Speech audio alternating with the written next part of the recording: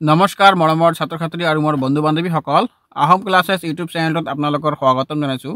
আজি মই তোমালোকৰ কাৰণে লৈ আহিছোঁ ক্লাছ 9ৰ ছ'চিয়েল ছায়েন্সৰ পাৰ্ট হ'ল 1 তাৰে তোমালোকৰ পলিটিকেল ভাগটো যে আছে পলিটিকেল ছায়েন্স তাৰে লেচন নম্বৰ 2টোৰ বিষয়ে মই লৈ আহিছোঁ।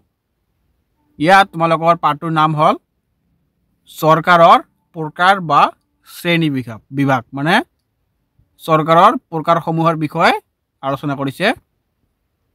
ছাত্ৰ ছাত্ৰীসকল এই পাঠটিৰ অনুশীলনীত থকা যিমানখিনি কোৱেশ্চন আছে মই সকলোখিনি লৈ আহিছোঁ তোমালোকৰ সোনকালে মুখস্থ হোৱাকৈ। আৰু তোমালোকে যদি মোৰ চেনেলটোত প্ৰথমবাৰ আহিছা চেনেলটো ছাবস্ক্ৰাইব কৰি ৰাখিবা আৰু পাৰিলে লগতে বেল আইকন দবাই দিবা। এনেকুৱা ধৰণৰ ভিডিঅ' তোমালোকে প্ৰথমতে পাই যাবা। ইয়াত আমাৰ 1 নম্বৰত দিয়া আছে প্লেটো আৰু এৰিষ্টটলে চৰকাৰক শাসকৰ সংখ্যা আৰু লক্ষ্যৰ ভিত্তি কৰি কেইটামান শ্ৰেণীত ভাগ কৰিছে কি লিখা। ইয়াৰ উত্তৰ হ'ব প্লেটো আৰু এৰিষ্টটলে চৰকাৰক শাসকৰ সংখ্যা আৰু লক্ষ্য ভিত্তি কৰি কেইটামান শ্ৰেণীত ভাগ কৰিছে। সেইকেইটা হ'ল জনকল্যাণৰ হকে হোৱা এজনৰ শাসক, ৰাজতন্ত্ৰ, মনাৰ্চি, কেইজনমানৰ শাসকৰ অভিজাতন্ত্ৰ,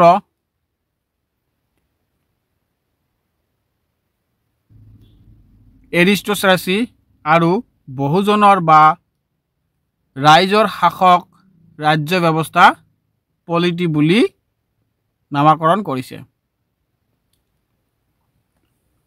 তাৰপিছত আমাৰ 2 নম্বৰত দিয়া আছে কোন কোন ৰাষ্ট্ৰত এতিয়াও ৰজা ৰাণী আছে। কোন কোন ৰাষ্ট্ৰত আমাৰ এতিয়াও ৰজা ৰাণী আছে। ইয়াৰ উত্তৰটো হ'ব ইংলেণ্ড, নেপাল আৰু ভূটান আদি ৰাষ্ট্ৰত এতিয়া ৰজা ৰাণী আছে যদিও শাসন নচলে। 3 নম্বৰত দিয়া আছে সীমিত ৰাজতন্ত্ৰ কাক বোলে। উত্তৰ ৰজাৰ হাতত একো ক্ষমতা নাথাকে বাবে এই ব্যৱস্থাক সীমিত ৰাজতন্ত্ৰ বোলে। 8 নম্বৰত দিয়া আছে লিককে আধুনিক যুগৰ চৰকাৰক কেইটা ভাগত ভাগ কৰিছে আৰু কি। ইয়াৰ উত্তৰটো হ'ব লিককে আধুনিক যুগৰ চৰকাৰক 2টা ভাগত ভাগ কৰিছে। সেই কেইটা হ'ল একনায়কতন্ত্ৰ আৰু স্বৈৰতন্ত্ৰ আৰু একনায়কতন্ত্ৰ আৰু গণতন্ত্ৰ। 5 নম্বৰত দিয়া আছে একনায়কতন্ত্ৰ কাক বোলে। উত্তৰত দিয়া আছে আমাৰ কিছুমান দেশত এতিয়াও একেজন ব্যক্তিৰ বা এটা ৰাজনৈতিক দলৰ একচ্ছত্ৰী শাসন চলি আছে। এনেকুৱা শাসন ব্যৱস্থাক একনায়কতন্ত্ৰ বোলা হয়। 6 নম্বৰত দিয়া আছে গণতন্ত্ৰ কাক বোলে। উত্তৰ গণতন্ত্ৰ হ'ল জনসাধাৰণৰ কল্যাণ বা জনসাধাৰণে চলোৱা শাসন। 7 নম্বৰত দিয়া আছে পৰোক্ষ গণতন্ত্ৰ কাক বোলে। ইয়াৰ উত্তৰটো হ'ব আধুনিক যুগত গণতন্ত্ৰ প্ৰতিনিধিৰ যোগেদিহে সৰ্বসাধাৰণে শাসনত অংশগ্ৰহণ কৰিব পাৰে বাবে এনে গণতন্ত্ৰক পৰোক্ষ গণতন্ত্ৰ বোলে মানে ইনডাইৰেক্ট ডেমক্ৰেচি। তাৰপিছত আছে আমাৰ 8 নম্বৰ সংসদীয় পদ্ধতিৰ চৰকাৰ কাক বোলে। উত্তৰত দিয়া আছে কাৰ্যপালিকা আৰু বিধানমণ্ডলৰ সম্পৰ্কৰ ওপৰত ভিত্তি কৰি এই চৰকাৰ সংসদীয় পদ্ধতিৰ চৰকাৰ বোলা হয়। 9 নম্বৰত দিয়া আছে আমাৰ সংসদীয় পদ্ধতিৰ চৰকাৰ জন্মস্থান ক'ত আৰু চৰকাৰক আন কি নামেৰে জনা যায়। ইয়াৰ উত্তৰটো হ'ব আমাৰ সংসদীয় পদ্ধতিৰ চৰকাৰ জন্মস্থান ইংলেণ্ড আৰু এই চৰকাৰক ৱেষ্ট মিনিষ্টাৰ মডেল চৰকাৰ নামেৰে জনা যায়।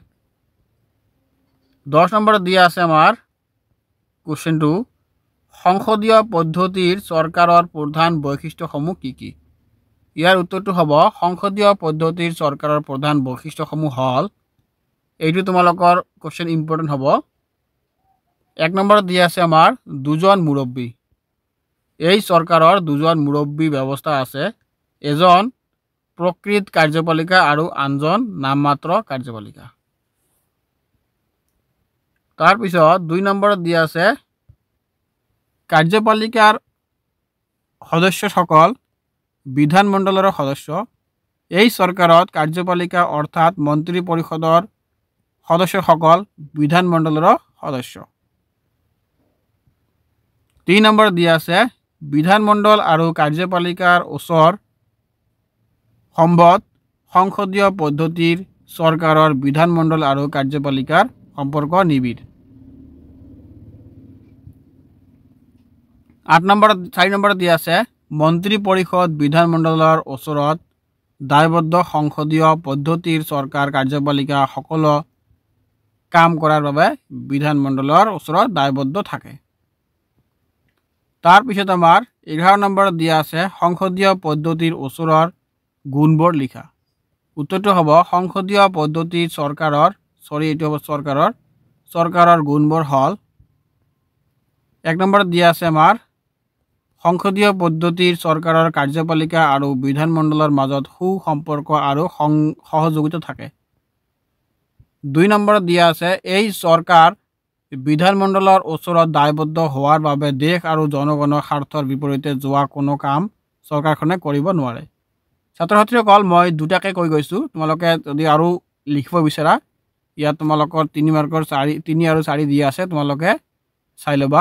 5 নম্বৰত দিয়া আছে, তোমালোকে চাই ল'বা। এইবিলাক তোমালোকৰ 2 মাৰ্কছত আহিব পাৰে, 4-5 মাৰ্কত নাহে। 12 নম্বৰত দিয়া আছে সংসদীয় পদ্ধতিৰ চৰকাৰৰ দোষ লিখা। ইয়াৰ উত্তৰটো হ'ব সংসদীয় পদ্ধতিৰ চৰকাৰৰ দোষবোৰ হ'ল, 1 নম্বৰত দিয়া আছে আমাৰ সংসদীয় পদ্ধতিৰ চৰকাৰত যদি কোনো এটা ৰাজনৈতিক দলেও বিধানমণ্ডলত সংখ্যাগৰিষ্ঠ লাভ কৰি চৰকাৰ গঠন কৰিব নোৱাৰে, তেতিয়া মৰ্চা চৰকাৰ গঠিত হয়। আৰু 2 নম্বৰত দিয়া আছে ইয়াত এই চৰকাৰত মন্ত্ৰীসকল বিভাগীয় কাম কাজত প্ৰায়ে অনভিজ্ঞ হোৱাৰ বাবে বহু সময়ত আমোলাসকলৰ ওপৰত নিৰ্ভৰ কৰিব নালাগে। 13 নম্বৰত দিয়া আছে ৰাষ্ট্ৰপতি চৰকাৰ কাক বোলে।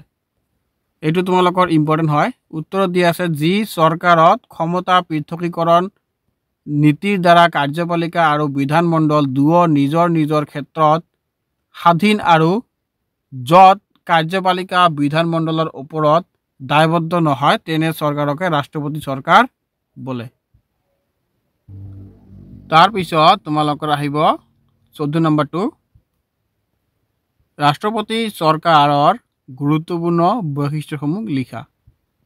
ইয়াৰ উত্তৰটো হ'ব আমাৰ ৰাষ্ট্ৰপতি চৰকাৰৰ গুৰুত্বপূৰ্ণ বৈশিষ্ট্যসমূহ হ'ল, 1 নম্বৰত দিয়া আছে আমাৰ ৰাষ্ট্ৰপ্ৰধান আৰু চৰকাৰ প্ৰধানৰ মাজত পাৰ্থক্য নাই। সংসদীয় পদ্ধতিৰ চৰকাৰৰ দ্বাৰা ৰাষ্ট্ৰপতীয় চৰকাৰত ৰাষ্ট্ৰপ্ৰধান আৰু চৰকাৰৰ প্ৰধান বুলি দুজন ব্যক্তি নাথাকে। 2 নম্বৰত দিয়া আছে আমাৰ ক্ষমতাৰ পৃথকীকৰণ নীতি। ৰাষ্ট্ৰপতীয় চৰকাৰত কাৰ্যপালিকা বিধানমণ্ডলৰ ওচৰত দায়বদ্ধ নহয়, দুয়োৰে স্থিতি সম্পূৰ্ণ স্বাধীন। 3 নম্বৰত দিয়া আছে ৰাষ্ট্ৰপ্ৰধানৰ নিৰ্দিষ্ট কাৰ্যকাল। ৰাষ্ট্ৰপতীয় চৰকাৰত ৰাষ্ট্ৰপতিজন এক নিৰ্দিষ্ট কাৰ্যকালৰ বাবে নিৰ্বাচিত হয়। তাৰপিছত আমাৰ কুৱেশ্যনটো হ'ব নেক্সট কুৱেশ্যন, 15 নম্বৰত দিয়া আছে ৰাষ্ট্ৰপতি চৰকাৰৰ গুণ কি কি। ৰাষ্ট্ৰপতি চৰকাৰৰ গুণ আছে আমাৰ ইয়াত। 1 নম্বৰত দিয়া আছে ৰাষ্ট্ৰপতীয় চৰকাৰৰ ৰাষ্ট্ৰপতিজন এটা নিৰ্দিষ্ট কাৰ্যকালৰ বাবে নিৰ্বাচিত হোৱাৰ বাবে আৰু সহজে তেওঁ পদবীৰ পৰা আঁতৰ কৰিব নোৱাৰাৰ বাবে চৰকাৰখন স্থায়ী হয়। আৰু 2 নম্বৰত দিয়া আছে ক্ষমতাৰ পৃথকীকৰণ ব্যৱস্থাৰ বাবে চৰকাৰৰ তিনিওটা অংগ স্বাধীনভাৱে কাম কৰাৰ সুযোগ পায়।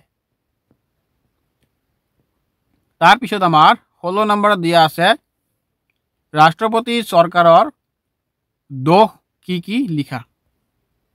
ৰাষ্ট্ৰপতি চৰকাৰৰ দোষবোৰ হ'ল আমাৰ ইয়াত 1 নম্বৰত দিয়া আছে ৰাষ্ট্ৰপতীয় চৰকাৰত ৰাষ্ট্ৰপতিজনক বিধানমণ্ডলে নিয়ন্ত্ৰণ কৰিব নোৱাৰে বাবে চৰকাৰ স্বেচ্ছাচাৰী হোৱাৰ আশংক থাকে। আৰু 2 নম্বৰত দিয়া আছে ক্ষমতা পৃথকীকৰণ নীতিৰ বাবে ৰাষ্ট্ৰপতীয় চৰকাৰত কাৰ্যপালিকা আৰু বিধানমণ্ডলৰ মাজত সহযোগিতা নাথাকে। তাৰপিছত আমাৰ 7 নম্বৰত দিয়া আছে এক কেন্দ্ৰীয় চৰকাৰৰ বৈশিষ্ট্যসমূহ লিখা। ইয়াৰ উত্তৰ হ'ব আমাৰ এক কেন্দ্ৰীয় চৰকাৰৰ বৈশিষ্ট্যসমূহ হ'ল 1 নম্বৰ শক্তিশালী কেন্দ্ৰীয় চৰকাৰ। এনে চৰকাৰত সংবিধানে সকলো ক্ষমতা কেন্দ্ৰীয় চৰকাৰৰ ওচৰত ন্যস্ত কৰে, ফলত ইয়াত কেন্দ্ৰীয় চৰকাৰৰ স্থিতি অতি শক্তিশালী। 2 নম্বৰত দিয়া আছে লিখিত অথবা অলিখিত সংবিধান।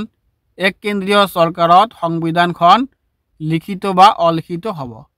আৰু 3 নম্বৰত দিয়া আছে আমাৰ এক নাগৰিকত্ব। এক কেন্দ্ৰীয় চৰকাৰৰ প্ৰধান বৈশিষ্ট্য যুক্তৰাষ্ট্ৰত থকাৰ দৰে দ্বি নাগৰিকত্বৰ ব্যৱস্থা ইয়াত নাই। তাৰপিছত আমাৰ 18 নম্বৰ কোৱেশ্যনত দিয়া আছে এক কেন্দ্ৰীয় চৰকাৰৰ গুণবোৰ লিখা। এক কেন্দ্ৰীয় চৰকাৰৰ গুণ আমাৰ ইয়াত দিয়া আছে উত্তৰ 1 নম্বৰত দিয়া আছে আমাৰ এক কেন্দ্ৰীয় চৰকাৰে সমগ্ৰ দেশৰ বাবে একে ধৰণৰ প্ৰশাসন ব্যৱস্থা প্ৰয়োগ আৰু কাৰ্যকাৰী কৰাৰ বাবে প্ৰশাসন শক্তিশালী হয়, ইয়াত জটিলতা নাথাকে। আৰু 2 নম্বৰত দিয়া আছে যিহেতু এক কেন্দ্ৰীয় চৰকাৰে সমগ্ৰ দেশৰ শাসন চলায়, সেইবাবে যিকোনো ভুলৰ বাবে কেন্দ্ৰীয় চৰকাৰ দায়ী হয়। কেন্দ্ৰীয় চৰকাৰে স্থানীয় চৰকাৰক নিজৰ ভুলৰ বাবে জগৰীয়া কৰিব নোৱাৰে। আৰু 3 নম্বৰত দিয়া আছে এক কেন্দ্ৰীয় চৰকাৰত চৰকাৰ পৰিচালনাৰ ব্যয় কম, ফলত উন্নয়নমূলক কামত অধিক ধন ব্যয় কৰাৰ সুযোগ থাকে। তাৰপিছত 19 নম্বৰত দিয়া আছে আমাৰ এক কেন্দ্ৰীয় চৰকাৰৰ দোষবোৰ লিখা। এক কেন্দ্ৰীয় চৰকাৰৰ দোষ বিচাৰিছে আমাৰ ইয়াত।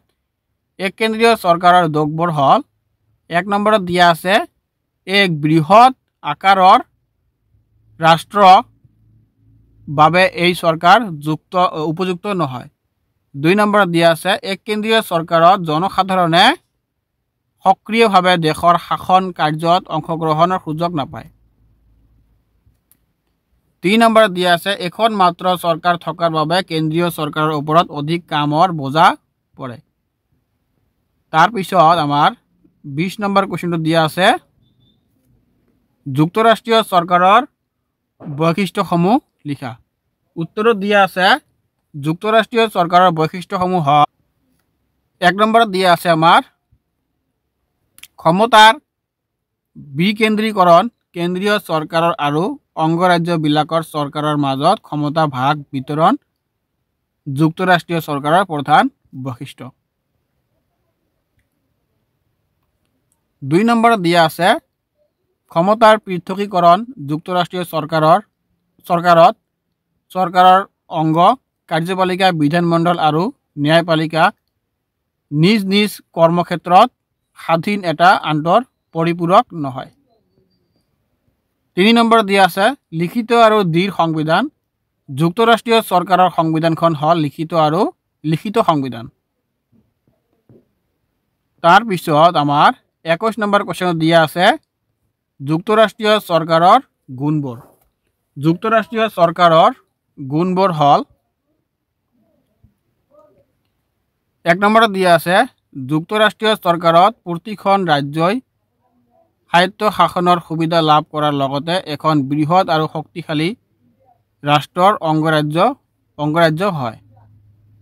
2 নম্বৰত দিয়া আছে আমাৰ বিভিন্ন ধৰ্ম, জাতি আৰু ভাষিক গোষ্ঠী বসবাস কৰা এখন বিশাল ৰাষ্ট্ৰৰ বাবে যুক্তৰাষ্ট্ৰীয় চৰকাৰৰ বেছি ফুলপুষ্য হয়। 3 নম্বৰ দিয়া আছে কেন্দ্ৰীয় চৰকাৰৰ আৰু ৰাজ্যিক চৰকাৰৰ মাজত ক্ষমতাৰ বিভাজনে স্থায়ী তথ্য ৰাজ্যিক সমস্যাসমূহ সমাধানৰ দায়িত্ব পৰা কেন্দ্ৰীয় চৰকাৰক ৰেহাই দিয়ে। তাৰপিছত আমাৰ দিয়া আছে 21 নম্বৰত দিয়া আছে আমাৰ যুক্তৰাষ্ট্ৰীয় চৰকাৰৰ দোষবোৰ লিখা। উত্তৰ দিয়া আছে যুক্তৰাষ্ট্ৰীয় চৰকাৰৰ দোষবোৰ হ'ল 1 নম্বৰত দিয়া আছে আমাৰ যুক্তৰাষ্ট্ৰীয় চৰকাৰত থকা ক্ষমতাৰ বিকেন্দ্ৰীকৰণৰ ফলত কেন্দ্ৰ আৰু ৰাজ্য অথবা ৰাজ্যবিলাকৰ নিজৰ ভিতৰত ক্ষমতাৰ প্ৰয়োগক লৈ বিৰোধ হোৱাৰ সম্ভাৱনা থাকে, ফলত প্ৰশাসন দুৰ্বল হৈ পৰাৰ শংকা থাকে। 2 নম্বৰত দিয়া আছে এই চৰকাৰত কেন্দ্ৰ আৰু ৰাজ্য চৰকাৰৰ মাজত ক্ষমতাৰ ভাৰসাম্য ৰক্ষা কৰাত জটিলতাৰ সৃষ্টি হয়। তাৰপিছত আমাৰ আৰু নাই এই ভিডিঅ'টো তোমালোকে ইয়াতে শেষ কৰিলোঁ। তোমালোকক যদি ভিডিঅ'টো ভাল লাগিছে চেনেলটো ছাবস্ক্ৰাইব কৰি ৰাখিবা। ধন্যবাদ।